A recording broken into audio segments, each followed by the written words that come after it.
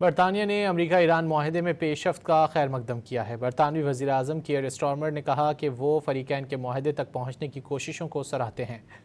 Care Starmer نے x پر جاری بیان میں کہا کہ ایسا معاہدہ چاہتے ہیں جس سے تنازع ختم ہو اور آبنائے ہرمز دوبارہ کھل جائے۔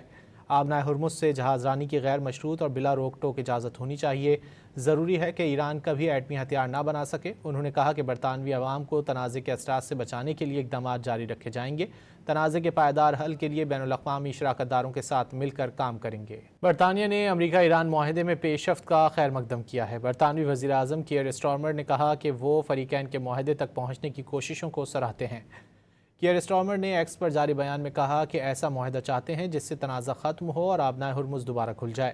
آبنائے ہرمز سے جہاز رانی کی غیر مشروط اور بلا روک ٹوک اجازت ہونی چاہیے۔ ضروری ہے کہ ایران کبھی ایٹمی ہتھیار نہ بنا سکے۔ انہوں نے کہا کہ برطانوی عوام کو تنازع کے اثرات سے بچانے کے لیے اقدامات جاری رکھے جائیں گے۔ تنازع کے پائیدار حل کے لیے بین الاقوامی شراکت داروں کے ساتھ مل کر کام کریں گے۔